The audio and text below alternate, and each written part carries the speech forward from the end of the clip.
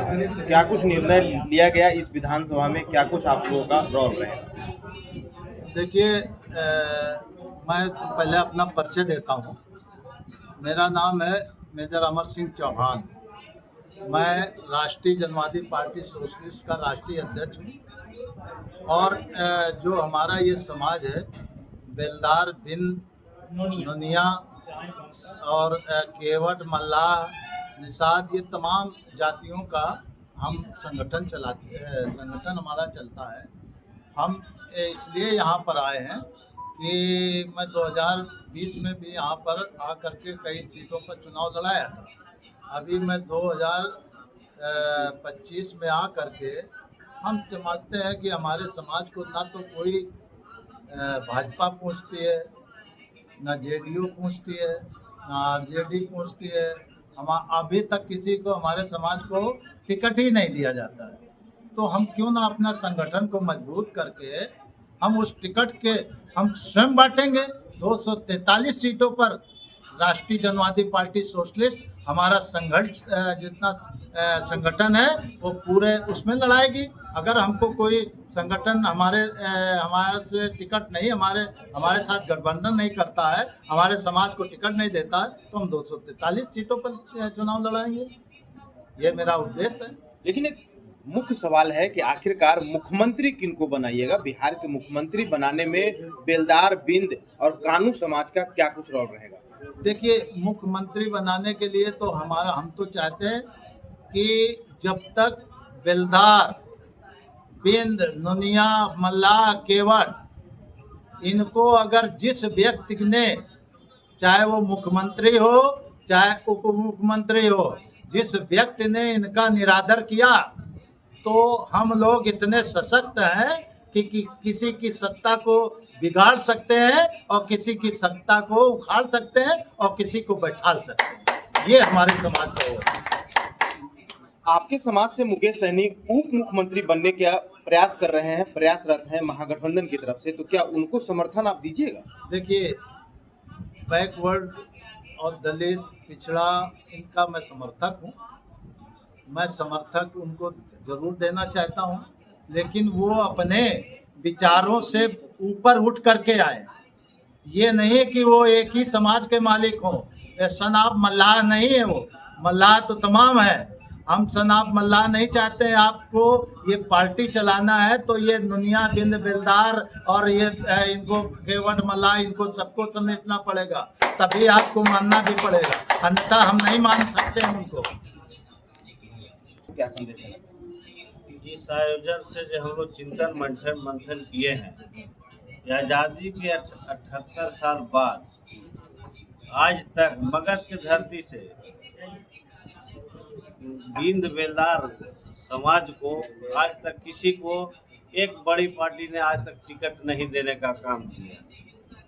क्योंकि सबसे पहले मैं इलेक्ट्रॉनिक्स मीडिया के साथियों को मैं नमस्कार और हार्दिक बधाई देता हूं कि आप लोग इस मैसेज को पूरे बिहार में अच्छे तरह से खबर सुनाएं कि आज भी बिहार में, उत्तर प्रदेश में से लेके बिहार के सभी राज्यों में बेलदार समाज जो है एससी कैटेगरी में शामिल है। लेकिन बेलदार समाज को बिहार में खास करके जो है कि पिछड़ा नहीं, अत्यंत पिछड़ा में रखा गया है। अरे भाई, अगर इसके साथ साथ जनगणना में जो हमारी समाज को कमी कर दी गई है, ठीक है, वो भी मान लेते हैं। अगर जनसंख्या हमारा कम है तो चलेगा, आप आरक्षण तो दे दीजिए। इसलिए आरक्षण के साथ राजनीतिक हिस्सेदारी में आज तक खास करके बिंद, बेलदार, नोनिया समाज, मल्लाह को ठगते आ रहा है। हम लोग ने बिहार में इसलिए संघर्ष करके 243 विधानसभा पर राष्ट्रीय जनवादी पार्टी सोशलिस्ट के तहत, क्योंकि हमारा जो पार्टी हम लोग ने बनाए थे वो पार्टी में अब जो है वो बड़े लोगों का पार्टी रह गया है। इसलिए गरीब समाज सब एक जगह होकर आज ने तय कर लिया, यहाँ से मुहिम बना लिया है कि पूरे बिहार में हम लोग 243 सीट पर बहुत मजबूती के साथ संघर्ष करके चुनाव लड़ेंगे और किसी को हराएंगे, किसी को जिताएंगे। और साथ साथ अगर हम लोग सत्ता में अगर आ गए तो बिहार में वोटर पेंशन की बात जो आज गरीबों का चल रहा है, जो आज तक जीवन में वोटर जो वोट देते आ रहा है उसको कुछ नहीं मिल रहा है, उस वोटर को चाहे वो आम आदमी हो या गरीब हो या अमीर हो या राजा हो, उस लड़ाई में हम लोग आज विधानसभा में आवाज़ उठाएंगे और कहेंगे कि प्रत्येक वोटर को, चाहे मीडिया वाले हो, प्रधानमंत्री हो, मुख्यमंत्री हो, एसपी हो, डीएसपी हो, कलेक्टर हो, सबका वोट का अधिकार है। यह स्पेशल वोटर पेंशन पैकेज जो बंदरबाट और लूट घसोट हो रहा है उसको बचाते हुए कम से कम जो हिसाब किताब आता है 8 से 10 हज़ार प्रत्येक वोटर को वोटर पेंशन मिलना चाहिए। इसका आवाज़ हम लोग विधानसभा में उठाएंगे। पर्ची के बाद मेरा नाम डॉक्टर अजय कुमार बिंद है और मैं शुरू से सामाजिक सेवा संस्थान से हमेशा कार्यक्रम करते रहे हैं और अब देखते लगा कि भाई ये समाज को अधिकार नहीं दिया जाता है, तो हम लोग सोचे कि अब पूरे बिहार में जितना भी सीट है सब पर चुनाव लड़ावेंगे, तब सरकार को दिखाई देगा कि भाई ये समाज वास्तविकता कितने लोग हैं जो सही में वंचित हैं। इसको चुनाव लड़ा के वोट जो हम लोग लेंगे उससे हम लोग का गिनती भी हो जाएगा। प्रदेश अध्यक्ष भी हैं। चलो पवन जी क्या कुछ कहिएगा, चिंतन बैठक का आयोजन सबसे किया पहले गया। मैं मीडिया बंधुओं को हार्दिक बधाई देता हूं कि जो इस हमारे बेलदार बीन विकास सेवा संस्थान के माध्यम से जो चिंतन बैठक रखा गया है उसमें आप मीडिया में ज़्यादा से ज़्यादा हम लोगों को हाईलाइटेड करेंगे।